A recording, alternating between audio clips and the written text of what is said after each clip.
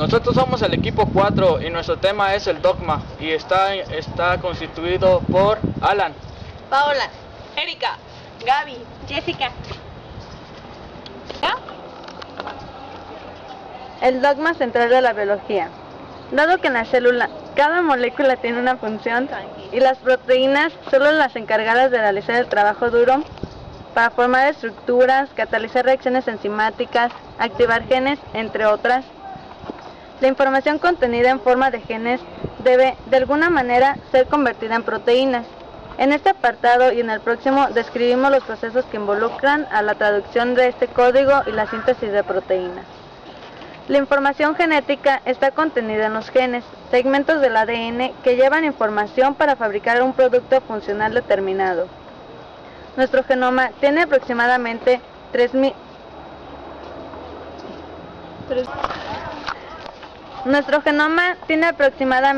3000 genes. Solo una pequeña parte del genoma es codificante. La mayor parte corresponde a secuencias cortas móviles no codificantes o a secuencias regulatorias. Para que la información pase de una molécula a otra, primero debe copiarse en un proceso que se llama replicación y que ocurre en el núcleo. Pero como el ADN se encuentra en el núcleo y las proteínas son sintetizadas en el citoplasma, debe existir una molécula que funcione como intermediaria. Este papel lo cumple el ácido ribonucleico mensajero o ARNM. El ADN se copia en ARNM en el núcleo, en un proceso denominado transcripción. Luego, la información contenida en el ARNM es empleada para construir proteínas en el proceso de traducción que tiene lugar en el citoplasma. Estos tres procesos secuenciales constituyen el llamado dogma central de la biología, que establece que la información fluye desde el ADN al ARN y de este a las proteínas. Además, las proteínas controlan el proceso de replicación del ADN uniéndose a una secuencia específica en el ADN. Esta manera puede activar o inhibir la transcripción de un gen denominado. El dogma central de la biología molecular es un concepto que ilustra los mecanismos de transmisión y expresión de la herencia genética tras el descubrimiento de la codificación de esta en la doble hélice del ADN.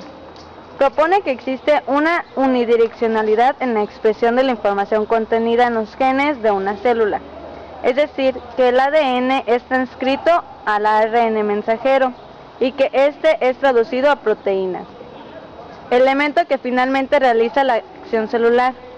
El dogma también postula que solo el ADN puede replicarse y por tanto reproducirse y transmitir la información genética a la descendencia. Esto fue propuesto por Francis Crick en 1970.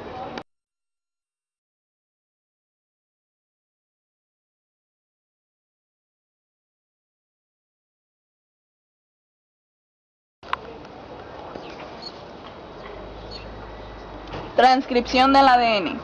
El ADN contiene la información para producir unas 3000 o más proteínas diferentes. De acuerdo con estudios realizados por varios científicos, se ha llegado a la conclusión, con algunas salvedades, de que algún segmento de ADN que codifica para la síntesis de una proteína o de una cadena de proteína es un gen, es decir, que el ADN está formado por varios miles de genes. Cuando es necesario formar una proteína en particular, se produce una copia del segmento de ADN, o sea, del gen que codifica para esa proteína. Es como si tuviésemos un libro con mucha información, pero del cual solo vamos a fotocopiar la página que nos interesa en un momento dado. El primer paso para la transcripción consiste en que el ADN se abra para permitir ser copiado. La enzima ARN polimerasa va colocando los nucleótidos necesarios para formar una molécula de ARN mensajero, que se complementaria a la secuencia de ADN que se está copiando. Posteriormente se coloca una adenina donde haya timina, guanina con citosina y uracilo donde haya adenina. Cuando se ha copiado el segmento de ADN, el ARN mensajero se desprende, sale del núcleo y comienzan sus funciones del citoplasma. La molécula de ADN se cierra de nuevo y permanece en el núcleo.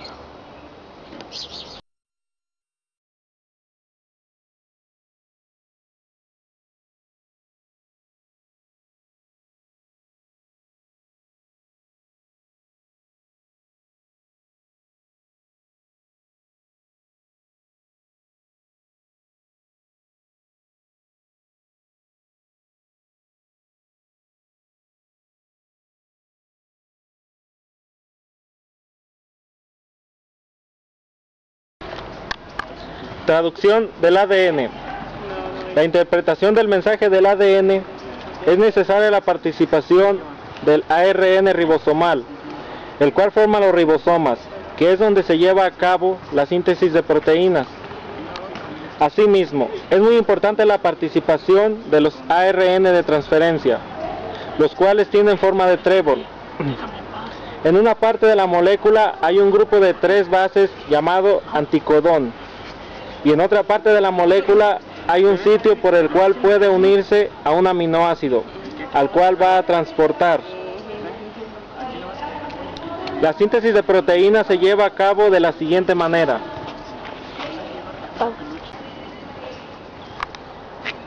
Paso 1. El ARN mensajero se coloca sobre un ribosoma y se inicia la interpretación del mensaje. Paso 2. La información del ARN mensajero se lee por tripletes, es decir, por paquetes de 3 letras. A cada paquete de 3 letras se le llama codón o triplete. Paso 3.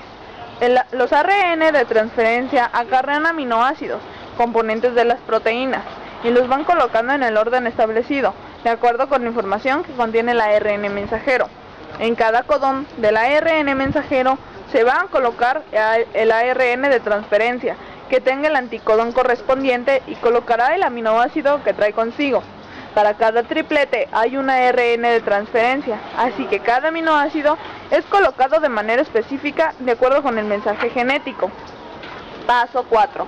Los aminoácidos acarreados y colocados en el ribosoma se van uniendo por enlaces peptídicos y dan lugar a una cadena de proteínas. Paso 5. Cuando termina de interpretarse el mensaje de la proteína se libera del ribosoma.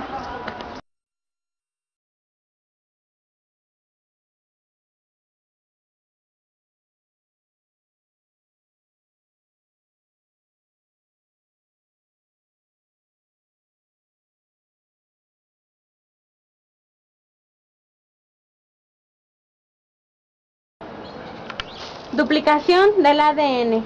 La duplicación del ADN o replicación, en la cual se copia el ADN progenitor en moléculas idénticas al ADN progenitor. Se dieron muchas hipótesis sobre cómo se duplicaba el ADN, hasta que Watson y Crick propusieron la hipótesis semiconservativa, según la cual las nuevas moléculas de ADN, formadas a partir de otra antigua, tienen una hebra antigua y otra nueva. Hay que recordar que el ADN es cerrado y circular y ocurre en 3 etapas. La primera etapa, que es el desenrollamiento y apertura de la doble hélice en el punto ORI-C. Intervienen un grupo de enzimas y proteínas, cuyo conjunto se denomina replisoma. Primero intervienen las helicasas, que facilitan el desenrollamiento. Después actúan las girasas y topoisomerasas, que eliminan la tensión generada por la torsión en el desenrollamiento. Tercero, actúan las proteínas SSBP, que se unen a las hebras molde para que no vuelva a enrollarse. La segunda etapa, que es la síntesis de 2 nuevas hebras de ADN. Actúan las ADN polimerasas para sintetizar las nuevas hebras en sentido 5' menos 3', ya que la lectura se hace en el sentido 3' menos 5'. Intervienen las ADN polimerasa 1 y 3, que se encargan de la replicación y corrección de errores. La que lleva la mayor parte del trabajo es la ADN polimerasa 3. Actúa la ADN polimerasa 2, corrigiendo daños causados por agentes físicos. La cadena 3' menos 5' es leída por la ADN polimerasa 3 sin ningún tipo de problemas. En cambio, la cadena 5' menos 3' no puede ser leída directamente. Esto se soluciona leyendo pequeños fragmentos, que son los fragmentos de Okazaki, que crecen en el sentido 5' menos 3', los cuales se unirán más tarde. Esta es la hebra retardada, llamada de esta forma porque su síntesis es más lenta. La ADN polimerasa 3 es incapaz de iniciar la síntesis por sí sola. Para esto necesita un cebador, que es el ARN, que es sintetizado por una ARN polimerasa. Este cebador es eliminado posteriormente. La tercera etapa, que es la corrección de errores, La enzima principal es la ADN polimerasa 3, que corrige todos los errores cometidos en la replicación o duplicación. Intervienen otras enzimas como endonucleasas que cortan el segmento erróneo, ADN polimerasas 1 que rellenan correctamente el hueco y las ADN ligasas que unen los extremos corregidos. La duplicación del ADN en eucariotas es similar a la de las procariotas, es decir, semiconservativa y bidireccional. Existe una hebra conductora y una hebra retardada, con fragmentos de Okazaki. Se inicia en las burbujas de replicación. Puede haber unas 100 a la vez. Intervienen enzimas similares a los que actúan en las células procariotas y otras enzimas que han de duplicar las histonas que forman parte de los nucleosomas. Los nucleosomas viejos permanecen en la hebra conductora.